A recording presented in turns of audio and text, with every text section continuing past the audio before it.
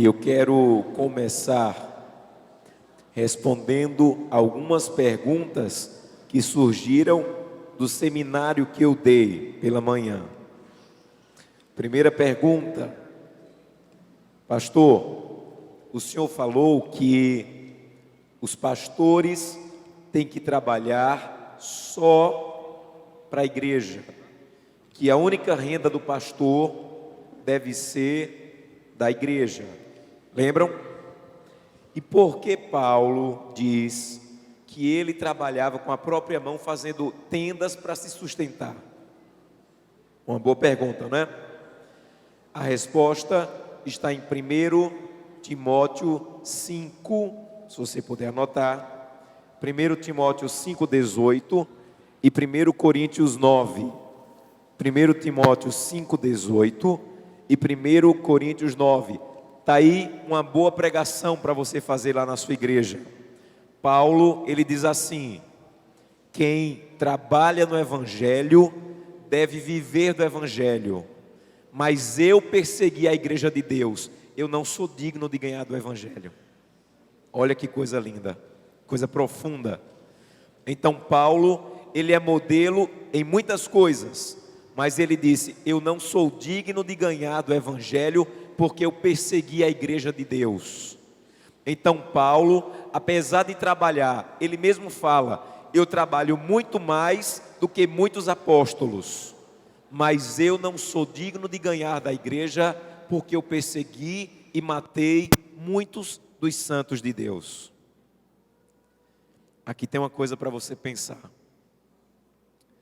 presta bem atenção. Paulo, ele não perseguiu a igreja quando estava na igreja. Quando ele estava na igreja, ele foi fiel à igreja.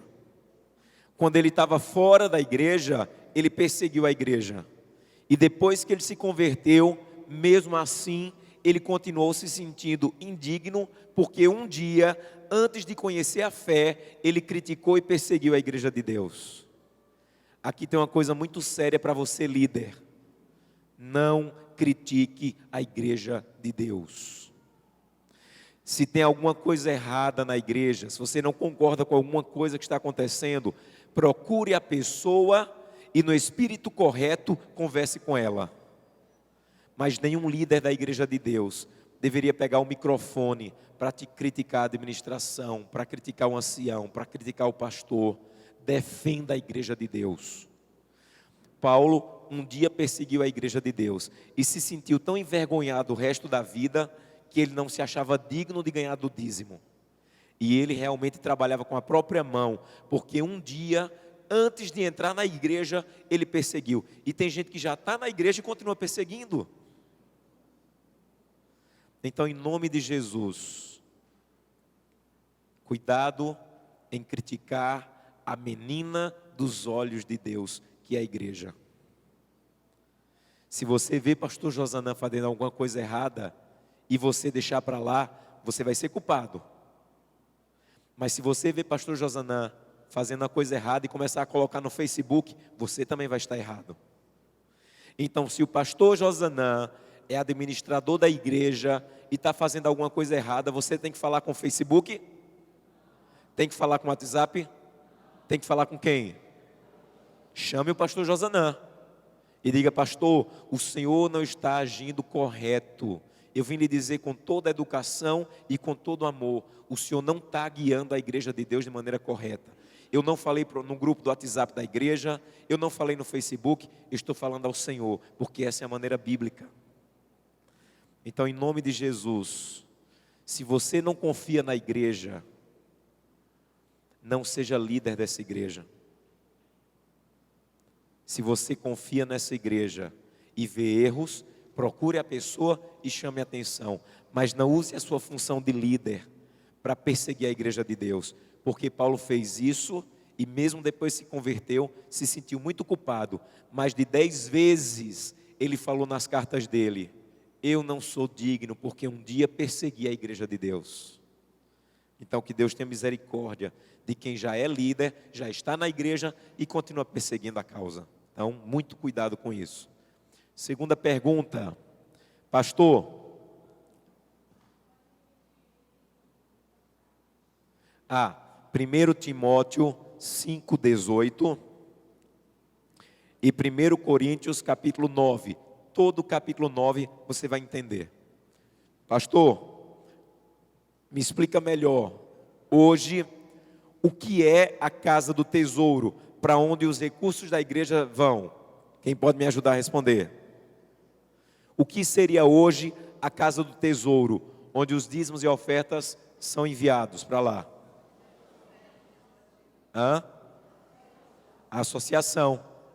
Não é a união, não é a divisão e não é a associação geral. A Casa do Tesouro hoje é uma sede regional que recebe todos os dízimos. O seu dízimo, ele vai para a associação.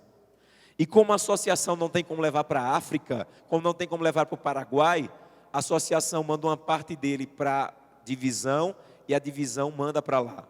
Mas você entrega o seu dízimo e vai para a associação, que hoje é um símbolo ou faz a mesma função que a Casa do Tesouro fazia lá. Aí a pergunta é a seguinte, uma pergunta inteligente: pastor, se a associação é a Casa do Tesouro, a igreja local é o quê?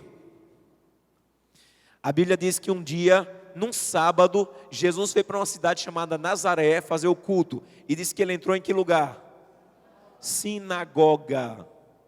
Então, lá em Israel, nas 48 cidades, ou em toda a cidade de Israel, onde existissem 10 homens, já dava para abrir uma sinagoga. Tinha que ter no mínimo 10 homens.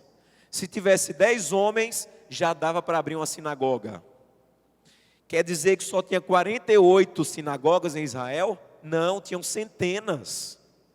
O que existiam era 48 cidades para os levitas morarem. Então essas 48 cidades era só para levita morar lá dentro com a família dele. Mas aquela cidade era responsável por várias cidades onde tinha as sinagogas. Então não é que só tinha 48 igrejas em Israel, existiam centenas. 48 eram as cidades que os levitas moravam, mas eles saíam da cidade onde eles moravam e iam cuidar da sinagoga nas igrejas espalhadas em todo o território. Repito, onde houvesse 10 homens, já dava para abrir uma sinagoga. Então entenda outra coisa, que é outra pergunta que chegou. Em Israel, não existia um pastor em cada igreja local. Existiam levitas que cuidavam de um vasto território para cuidar das sinagogas. Aí alguém perguntou assim: pastor, por que é que não dá para ter um pastor em cada igreja? Não é só pelo aspecto financeiro. E aí tá, porque é uma boa pergunta. No tempo de Israel, Deus nunca quis um levita por cidade, um levita por sinagoga. Os levitas, eles cuidavam de várias sinagogas. Para quê? Para que o povo aprendesse a trabalhar também, minha gente. O período que a igreja mais cresceu na história da igreja adventista foi o período que o pastor não cuidava da igreja. Ele ia para as cidades que não tinha igreja, abrir igreja lá. E as igrejas se viravam sozinhas. Quanto mais uma igreja depende de um pastor, o Espírito de profecia diz, mais essa igreja vai estar em ruína. Porque o pastor prega, o pastor treina, o pastor dá estudo bíblico, e quem tem que fazer isso, quem é? Porque depois da cruz, não existe mais uma tribo de Levi. Existem pastores que trabalham exclusivamente, mas depois da cruz, quantos de nós somos da tribo de Levi? Quantos? Todos. Hebreus diz, vocês agora são a nação real, um povo santo, um reino de sacerdotes. Então, no tempo de Israel, só quem podia cantar na igreja, dirigir o louvor na igreja, era da tribo de Levi. Só quem poderia ensinar era da tribo de Levi. Só quem podia varrer o templo era da tribo de Levi. Agora, depois da cruz, todos nós somos da tribo de Levi. Então é só o pastor quem deve pregar, ensinar, evangelizar? Não, porque agora você também é da tribo de Levi. O pastor, ele trabalha exclusivamente com isso. Mas Deus não vai cobrar só do pastor, porque agora todos são da tribo de Levi. Nós somos reino de sacerdotes depois da cruz do Calvário. Então, eu tiro isso por minha experiência própria. Nós tínhamos uma igreja, lá onde eu nasci, que o pastor era muito grande o distrito, às vezes ele demorava 3 meses para poder chegar lá. E a igreja, se virava. Aí a gente começou a dizer, não, tem que ter um pastor aqui, tem que ter um pastor aqui, tem que ter um pastor aqui. Aí veio um pastor para a cidade. A igreja, por quê? Agora nós temos pastor, agora é só sentar no banco e escutar um bom sermão. E o povo parou de trabalhar, parou de se envolver. Então, você quer sua igreja crescendo? Não peça um pastor para cada igreja não. Diga para a sua igreja que todo mundo agora é da tribo de Levi e que todo mundo tem que trabalhar pela causa. E o pastor vai chegar lá para dar uma ajuda, para dar uma força, mas todos são da tribo de Levi agora. Terceira pergunta que chegou aqui. A terceira pergunta foi o seguinte. Vamos lá. Essas igrejinhas espalhadas, como é que se chamavam? Sinagoga. Aí alguém colocou uma pergunta assim, pastor, por que é que a associação é bonita e as igrejas são mais simples? Se você for olhar para Israel, as sinagogas eram simples e o templo era todo de ouro. Se a sua associação ela for toda de ouro, ela ainda vai estar parecida com o templo. Mas eu tenho certeza que a associação, eu não conheço bem a associação daqui, mas eu acho que ela não é toda de ouro. O templo de Jerusalém, ele era o melhor prédio de todo Israel, porque representava a igreja de Deus diante de todas as nações. Eu acho que nós não podemos cometer exageros, de dizer não, o prédio da organização vai ser super luxuoso.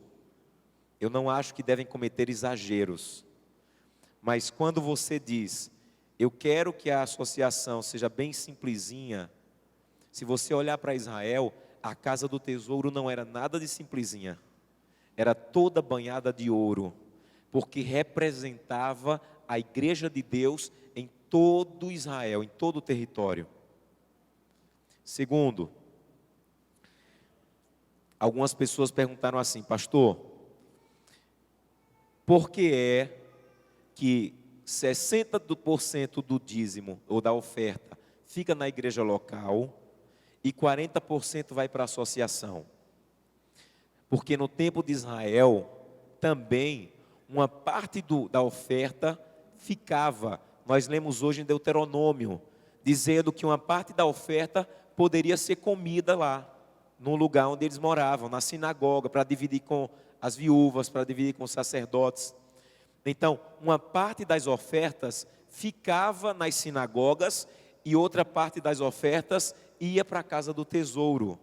Eles tinham um calendário, a cada 3 anos as ofertas ficavam na sinagoga e outra parte ia para a casa do tesouro. Então, o dízimo não, o dízimo todo ia para a casa do tesouro.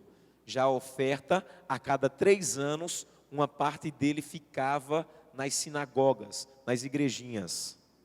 Do jeito que nós fazemos hoje, o dízimo vai todo para a associação, mas uma parte das ofertas ficam na igreja local, 60%.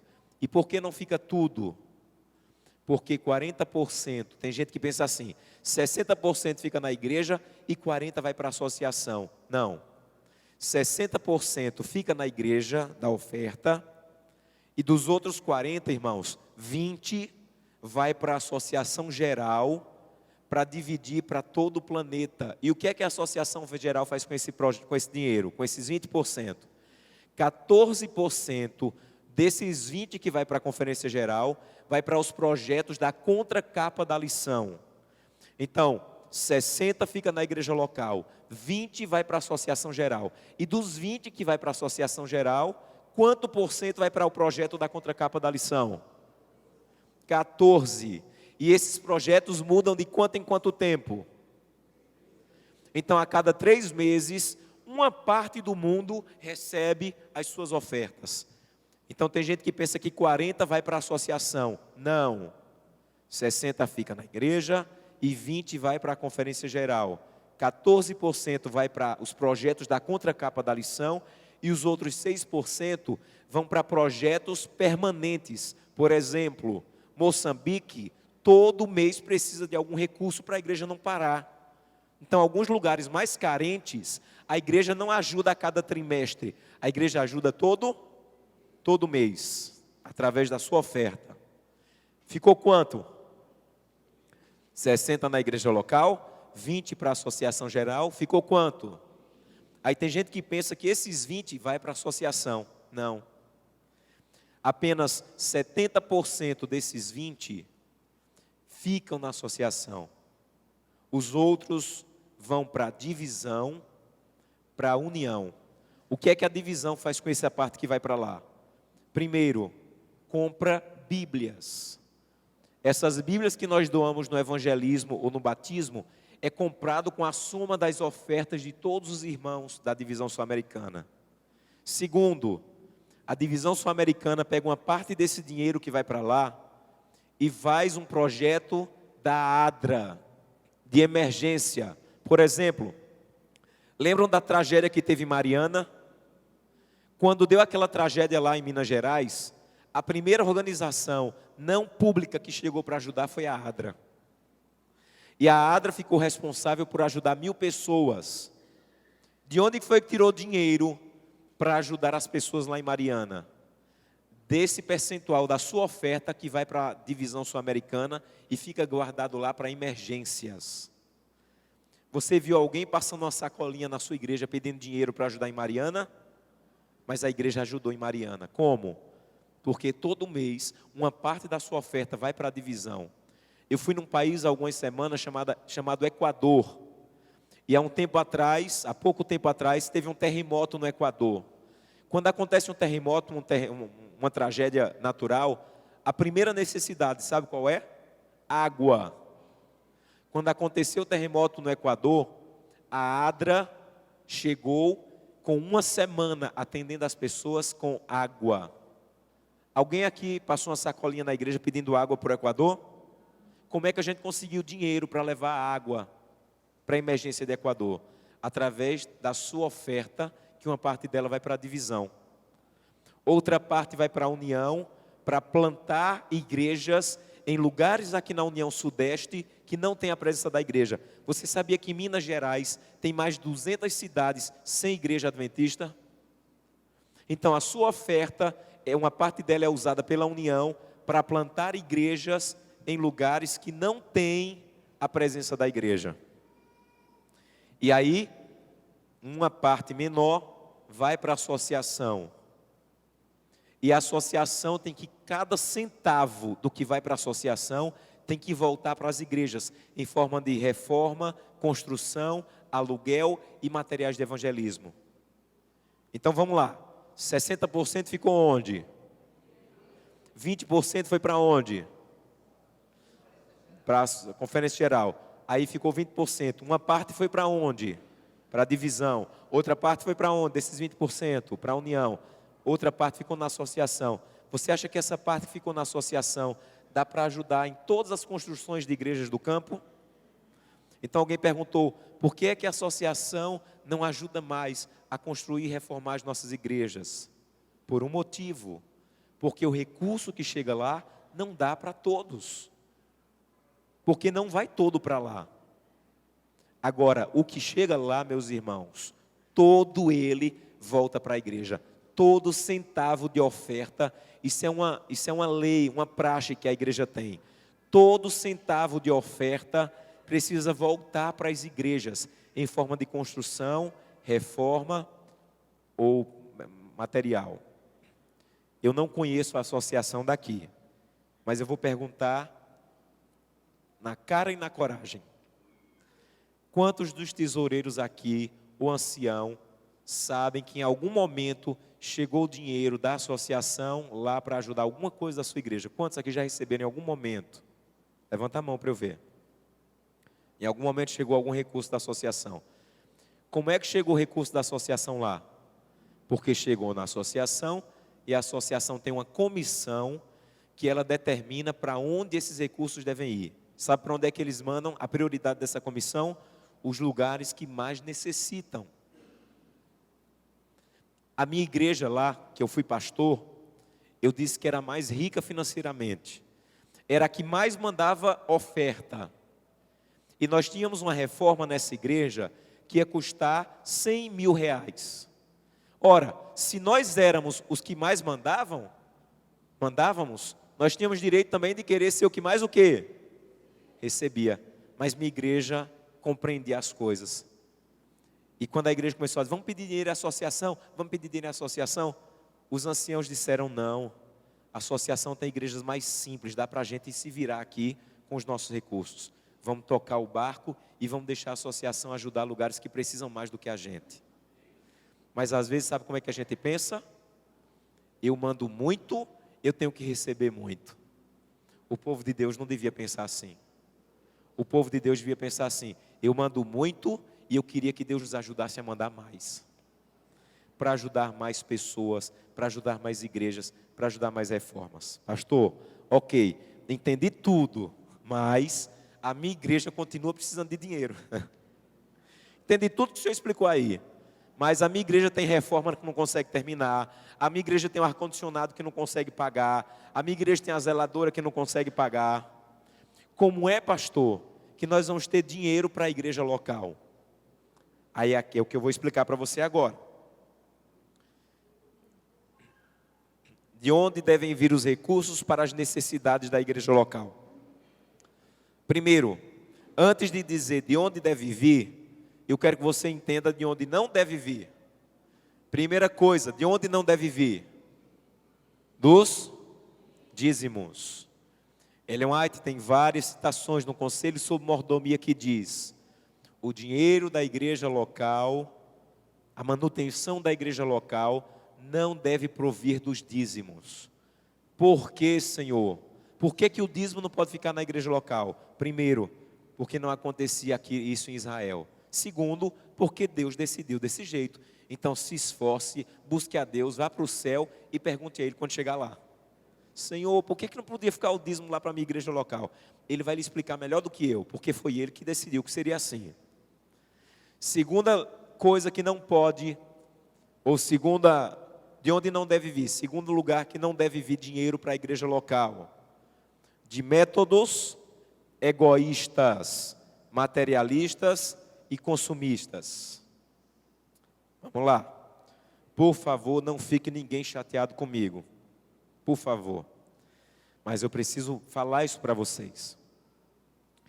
A segunda maneira que eu não devo usar para levantar dinheiro para as necessidades da igreja local é fazer com que as pessoas se tornem mais egoístas do que elas são. Como? Eu vou ajudar a igreja local, mas só se você me der um chaveirinho.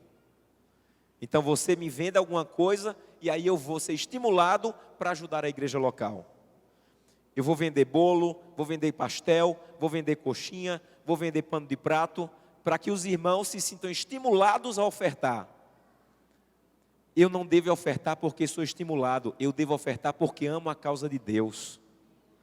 Então, se você me pedir uma oferta de sacrifício para a reforma da sua igreja, se eu puder dar uma oferta de sacrifício, eu vou dar. E você não precisa me dar chaveirinho nenhum em troca. Porque se você me dá chaveirinho, já não é uma oferta, é uma venda. E às vezes, a maneira como nós estamos fazendo, estão tornando as pessoas mais egoístas do que elas são. Veja, se eu tenho 10 reais para comprar um pedaço de bolo, para ajudar na reforma de uma igreja, por que eu não posso dar os 10 reais sem precisar me dar o pedaço de bolo?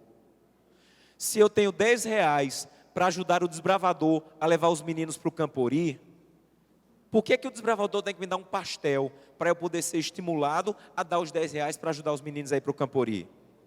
Eu tenho que ajudar o desbravador a ir para o Campori, sim ou não? Sim, mas eu tenho que ajudar como oferta, gente. E se o desbravador tem que me dar um pedaço de bolo, já não é mais oferta, já é uma venda. Então, se um desbravador, minha esposa é diretora de clube, minha esposa tem 30 meninos no clube, quando tem Campori ou Aventuri, ela tem 30 meninos, ela quer levar quantos para o Campori? Ela quer levar os 30. E aí minha esposa está sempre pedindo. E eu estou sempre ajudando. Mas eu preciso ajudar como? Oferta. Eu preciso ofertar e não trocar. Porque muitas vezes nós estamos usando métodos o quê? Egoístas. Que só vai estimular o quê? O materialismo e o consumismo. Ok, pastor. Agora, de onde é que deve levantar dinheiro para a igreja local? Duas fontes. Para a igreja local, o dinheiro pode vir de duas fontes. Primeiro, recolta. Anote essas páginas do livro Conselho sobre Mordomia, são 10 páginas só, e leia essas 10 páginas. Quando a gente fala em recolta, a gente só pensa na Adra, não é? Nas Dorcas. Mas recolta no espírito de profecia é para todas as necessidades da igreja. O que é recolta? É você apresentar os projetos da igreja para pessoas que não são da igreja, para que elas ajudem. Isso é recolta. E a gente não faz isso, antigamente fazia. Hoje a gente não faz mais. Mas é um método do espírito de profecia. Olha o que ela diz. Que a recolta é um método honrado por Deus. Que não há nenhum problema você apresentar. Então, ao invés de você pegar o dinheiro e fazer bolo, fazer pastel, para o desbravador vender para conseguir dinheiro, faça um panfleto apresentando o clube de desbravadores e coloque na mão da liderança para eles se apresentarem para os de fora e pedirem dinheiro para o clube. Não há nenhum problema. Sabe o que a Ellen White diz? Ela diz que pessoas com recursos vão transferir os recursos delas para a causa de quem? Ela diz nessas páginas que a maior parte do dinheiro de Deus está nas pessoas de fora. A maior parte do dinheiro de Deus está na mão dos de fora da igreja. Que nós deveríamos procurar essas pessoas, apresentar as necessidades da igreja. Sabe por quê? Olha o que ela diz. Porque Deus promete que vai abrir o quê? Vai abrir portas. E sabe o que é que ela diz mais? Ela ainda diz que através desse método, Deus vai fazer com que pessoas que nunca viriam à igreja se convertessem. Porque você foi lá apresentar a igreja para ele. Deixa eu contar uma história. No meu primeiro distrito, eu cuidava de 22 igrejas. Das 22, 12 estavam em reforma. E eu faltava arrancar os cabelos para conseguir, onde é que eu vou conseguir? Pessoas muito humildes. Aí eu aprendi sobre a recolta. Eu comprava um material de construção em uma loja, a mesma loja. O dono da loja se chamava Seu Antônio, um homem muito rico. Ele tinha 3 postos de gasolina, 4 hotéis, a frota de ônibus da cidade era dele, várias casas de material de construção. Quando eu li isso aqui, eu digo, Deus, eu vou provar para ver se esse negócio é verdadeiro. Eu disse, Seu Antônio, eu sou pastor da igreja adventista, estamos reformando 12 ou construindo 12 igrejas. Nós compramos material aqui e eu queria pedir uma oferta, uma ajuda sua para as nossas ofertas. Sabe o que ele disse? Pastor, eu vou deixar avisado na loja que de hoje em diante, a metade do cimento eu dou. Se o senhor comprar 10 sacos, eu dou mais 10. Se o senhor comprar 20, eu dou mais 20. Um dia, eu comecei a mandar coportor lá para bater na porta de Seu Antônio. Para ir vender lá para pregar o evangelho para ele. Aí um dia o carro dele parou na frente da minha casa. Eu disse assim, eita, ele veio reclamar porque eu estou mandando muito coportor lá. Ele desceu do carro, disse, pastor, eu preciso falar com o senhor. Eu sentei com ele na minha biblioteca. Quando ele sentou, ele começou a chorar e dizer, pastor, eu estou desesperado. Pastor, eu sou viciado em álcool. Eu tenho dinheiro, pastor, mas faz 5 dias que não tem remédio no mundo que me faça dormir. Minha família me abandonou. Minha esposa foi embora com os filhos, não me aguenta mais.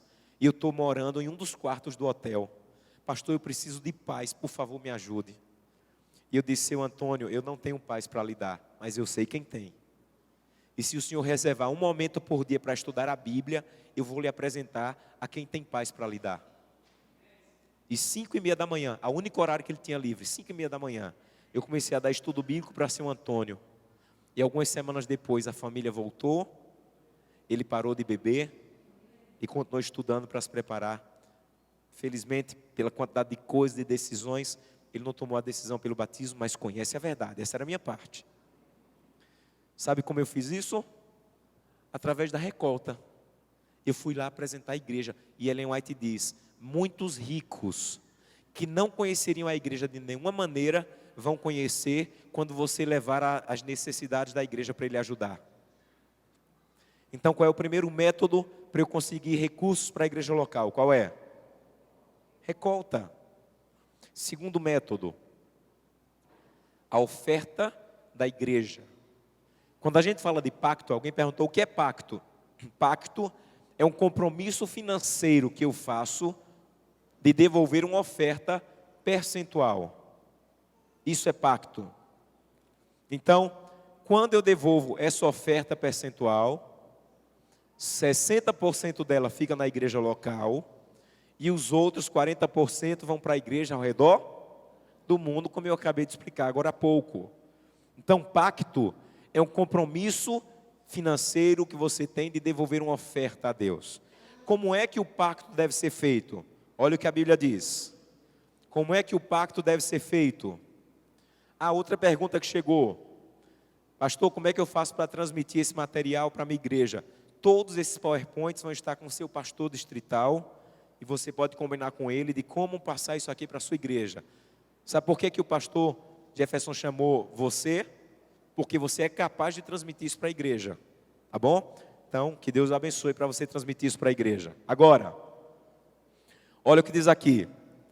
Essa questão de ofertar não deve ser deixada aqui. Então, a oferta não é assim, ó. O diácono está passando com as salvas, eu abro a carteira, a primeira moeda que aparecer é minha oferta. Não. A oferta não deve ser dada ao impulso.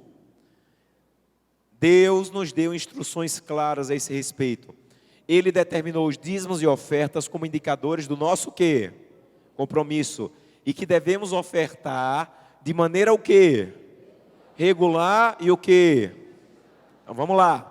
O dízimo e a oferta, biblicamente, ele tem que ter dois princípios. Tem que ser de maneira regular. Qual é a regularidade que eu dou o dízimo?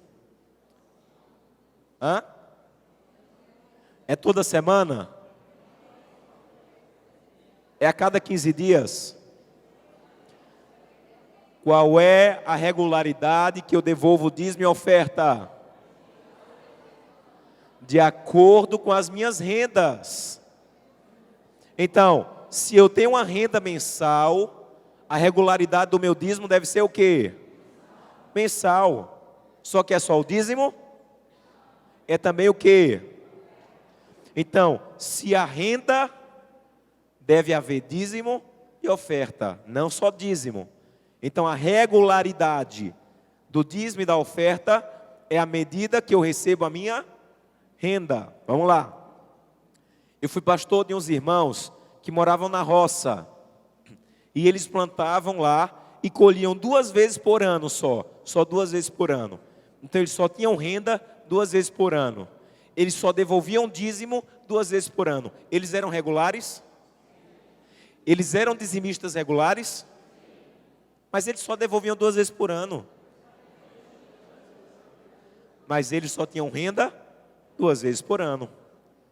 Então, primeiro ponto, o dízimo e a oferta deve ser de maneira o quê? Regular. Só que não é só de maneira regular. Aqui diz que é para ser também debaixo de um sistema.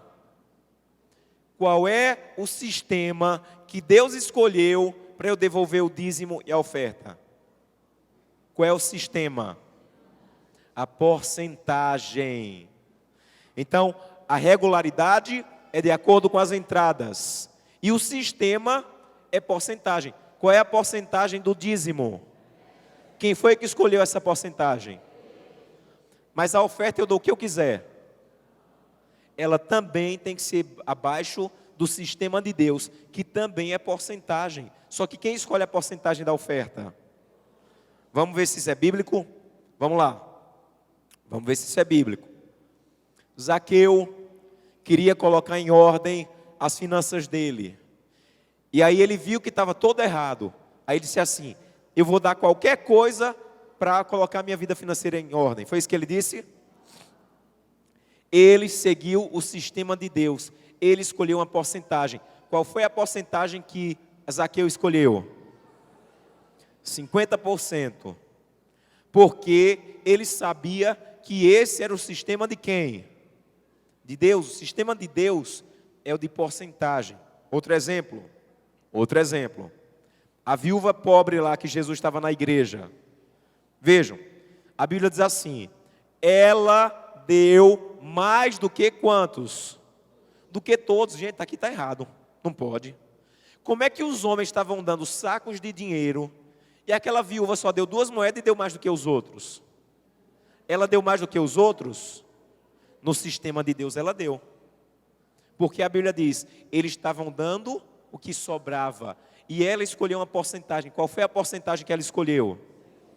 100%. Esse é o sistema de Deus. Então, como é que aquela viúva foi capaz de dar mais do que os outros? Porque a porcentagem dela era maior do que os outros. Porque o sistema de Deus não é quanto você entrega. O sistema de Deus é qual é o percentual da sua entrega. E Jesus parabenizou aquela mulher, sabe por quê? Porque ela escolheu para a oferta dela o mesmo percentual que Deus escolheu para a oferta dele. Qual foi o percentual da oferta que Deus deu por você? Por isso que Jesus se emocionou e disse assim: essa mulher está dando mais do que os outros. Ela escolheu a mesma porcentagem de Deus para dar oferta. Ela devolveu quanto? 100%. Por isso, quando você olha para o sistema de Deus, a mulher deu mais do que os outros, porque a porcentagem dela era maior do que os outros. Não era um montante, era a porcentagem. Vamos lá. Olha que forte, olha que bonito. Na contabilidade do santuário, a oferta do pobre não é valorizada de acordo com o quê? Ah, que coisa linda. Para Deus, o que vale não é a quantia, mas de acordo com o amor com que o sacrifício é feito. A providência de Deus estabeleceu o plano completo de quê? Benevolência o quê? Com o sistema, para o benefício de quem? Então não é a quantidade, é o sistema. E o sistema de Deus é de porcentagem. Olha o que ela continua dizendo. Desta forma, ele ensinou que o valor da oferta não é tomado pela quantidade dada, mas pela o quê? Pela porção, pela proporção ou pelo percentual. Então, para Deus, alguém que só dá de oferta R$10, mas representa 30% da sua renda, está dando mais do que alguém que dá 1 milhão, mas só representa 1% da sua renda. O que deu R$10 está dando mais para Deus. Porque no sistema de Deus não é o valor que conta. O que vale para Deus é a proporção oferecida. Mas além da proporção, é também o quê? A motivação. Aí aqui está o ponto. 2 coisas que Deus leva em conta a sua oferta. Primeiro é o quê? A proporção. Segundo é o quê? A motivação. Então vamos lá. Eu vou dar uma oferta para a igreja. Irmãos, pode deixar que eu sozinho compro o som. Pode deixar que toda a minha oferta eu vou pagar o som sozinho. Pode ser que minha proporção seja alta, mas às vezes minha motivação é egoísta. Eu quero que todo mundo saiba que quem deu o som fui eu. Então a proporção foi alta, mas a motivação foi o quê? Então tem que ter as 2 coisas, tem que ter a proporção, mas também tem que ter o quê? Eu já fui pastor de um irmão, que ele cometeu um erro lá, teve que ser disciplinado. Quando acabou de ler a disciplina dele, sabe o que é que ele disse? Me disciplinaram, foi? Pois eu vou levar o som embora, que quem deu o som fui eu. O valor que ele comprou era alto, mas a motivação dele era o quê? era baixa, era egoísta. É por isso que é tão perigoso quando alguém diz assim: eu vou devolver a oferta, mas só se for para pintar a igreja da cor que eu escolher. O valor pode ser alto, mas a motivação é o quê? Por isso que o seguro é você entregar a sua oferta, ele vai para o caixa da igreja, e quando junta o dinheiro de todo mundo no caixa da igreja, quem foi que comprou o som? Foi uma pessoa só ou foi todo mundo? Todo mundo. Ninguém pode dizer eu comprei o som sozinho. Quem comprou o som foram todos os pactuantes, porque 60% do pacto, da oferta, ficou no caixa local, e a igreja toda comprou, a igreja toda reformou, a igreja toda pintou. Outro exemplo, Atos 4. Nós não temos tempo para ler, mas Atos 4 fala que Barnabé tinha um terreno, vendeu o terreno e entregou quanto do terreno para a pregação do evangelho? Quanto?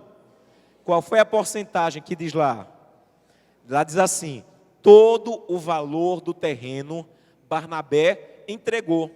Aí tinha um casal muito amostrado assistindo o culto, chamado Ananias e Safira. Aí disseram: peraí, eu também quero aparecer, eu também tenho um terreno, eu também vou vender o terreno e vou dar tudo para a causa de Deus. Deixa eu ir ali vender, já eu volto. Eles saíram, venderam o terreno e voltaram.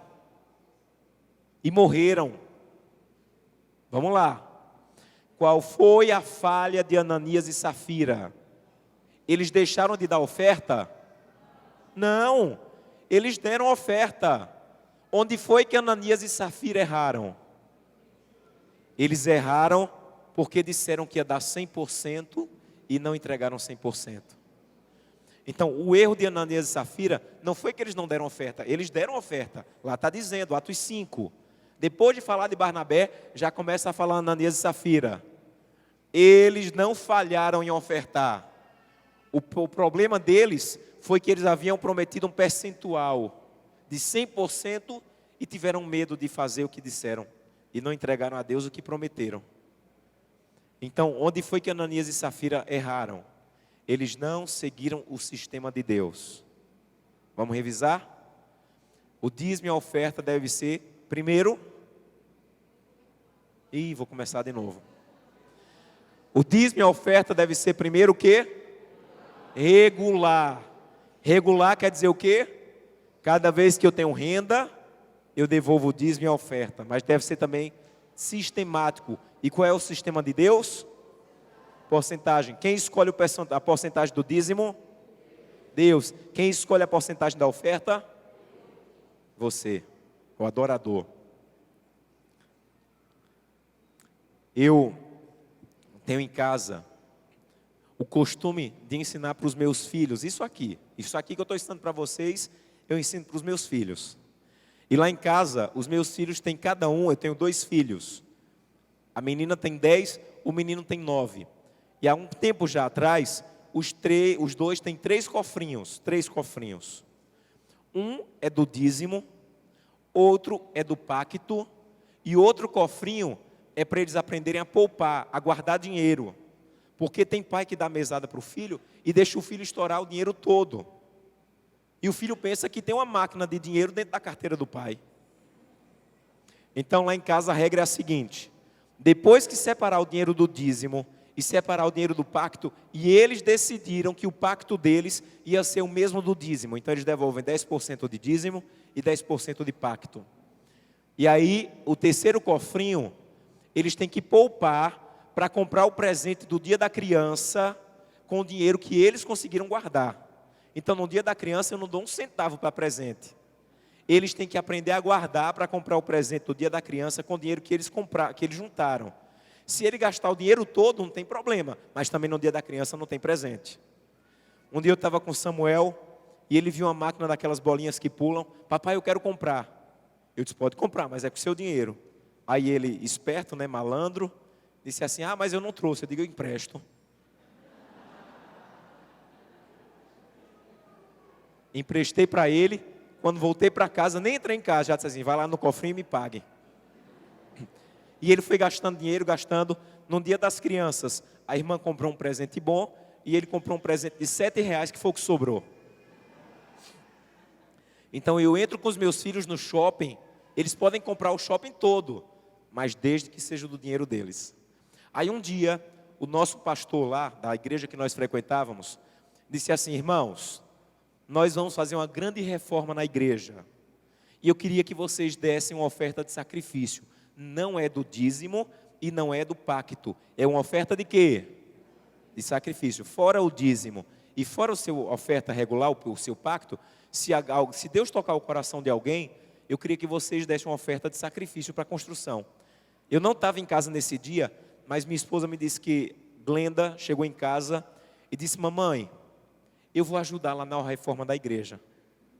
Aí a mãe disse assim: mas olha o que o pastor disse, não é nem do cofrinho do dízimo e nem do cofrinho do pacto, é daquele cofrinho que você está juntando para comprar o presente lá do dia das crianças. Ela disse: não mamãe, mas eu vou dar. Tirou R$ 50, era um bom dinheiro para ela, botou no envelope e no domingo levou para a igreja e entregou lá como oferta para a construção. Passou o domingo, passou a segunda, passou a terça, na quarta-feira minha irmã foi nos visitar. Aí passou o dia com os sobrinhos, no final do dia disse assim: olha, titia está indo embora e vai deixar um presente para vocês. E deixou um envelope para eles. Quanto é que tinha dentro do envelope? R$ 50. Aí minha filha tirou o dinheiro e disse assim: mamãe, eu dei no domingo, Deus já está me devolvendo na quarta. Irmãos, eu tenho um Deus capaz de devolver na quarta, mas não adianta ser o meu Deus, tem que ser o Deus da minha filha. É por isso que a Bíblia não diz que Deus é o Deus de Abraão. Deus é o Deus de Abraão, de Isaac e de Jacó. Eu conheço Deus, mas os meus filhos têm que ser fiéis para que eles conheçam também o Deus deles e não meu Deus. Ensine o seu filho a ser dizimista e pactuante, e ele vai aprender a temer a Deus. Deixa eu te dizer uma coisa que eu aprendi com um amigo meu. O teu filho pode até deixar a igreja, mas antes de deixar da igreja, ele vai ter que parar de ser dizimista e pactuante, porque um dizimista e pactuante, ele não vai deixar a igreja. Primeiro ele deixa de ler a Bíblia, ele deixa de orar, ele deixa de devolver o dízimo e o pacto, aí depois ele sai da igreja. Enquanto os filhos estiverem estudando a palavra, buscando a Deus e sendo dizimistas e pactuantes, eles não vão ter força para sair da igreja.